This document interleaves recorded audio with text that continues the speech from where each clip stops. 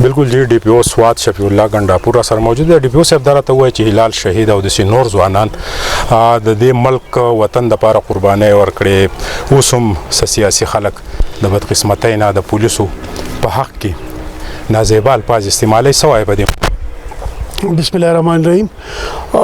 شهدا چې کوم دي هغه د زموږ فخر دی او شهید ته خو موږ چېرته هم مړ نه وایو، شهید خو ژوندی دی ټول عمر دپاره او د دوی د دا د وینې قربانۍ دي هغو د وجې نه دا موږ نن قایم دایم ولاړ یو. دا چې په علاقې سې په معاشرې سې چې کوم امن دی په وطن سې دا دغه د شهیدانو قربانیانې دي، د دوی لازوال قربانۍ دي. دوی د یوې د وینې قطرې حساب هم څوک نشي ورکولی.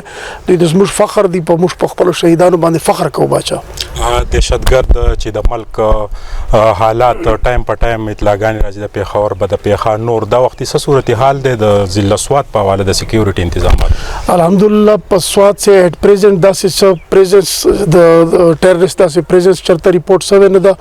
ټول لا انفورسمنٹ ایجنسیز چې کومې دي هغه په یو پیج باندې دي. موږ په کوارډینیشن سي موږ میټینګز هم کوو هغوی سره.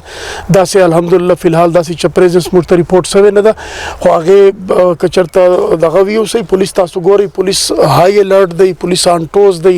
د موږ څومره ایگزیټ انټري پوینټ دی هغه الحمدلله موږ کور کړي دي. د موږ پیټرولینګ د موږ روټین پولیسینګ تاسو ګورئ، د موږ انټیلیجنس ادارې د موږ څومره دي ټول په یو پیج یو. ایون عوام کمیونټي چې کومه ده هغه هم نور نه دهشتګردي برداشت کولی سي او نه داسې چې ګنجایش شته.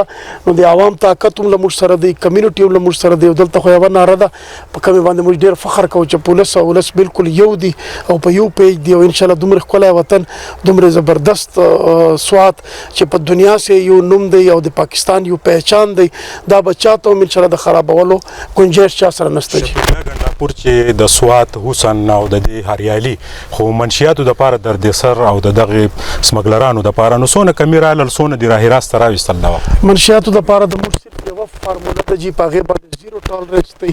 چې کوم سپلایرز دي، سپلایر کیټګري نمبر اے ده، دلته خپل پیداوار نشته د منشیاتو. موږ په دې باندې کوشش کوو چې څومره موږ ایگزیټ انټري پوینټس دي د موږ انټیلیجنس نیټورک دی چې هغه مضبوط کو چې سپلای دلته بالکل نه کېږي. چې اول سپلای اوسي باچا هغې نه بعد بیسټ سیلینګ وي، بیسټ سیلر دی. دوهمه کیټګري سي سیلر دی. نو سپلایر او سیلر چې کوم دي دا به انشاءالله ټول موږ خپل انجام ته رسوو.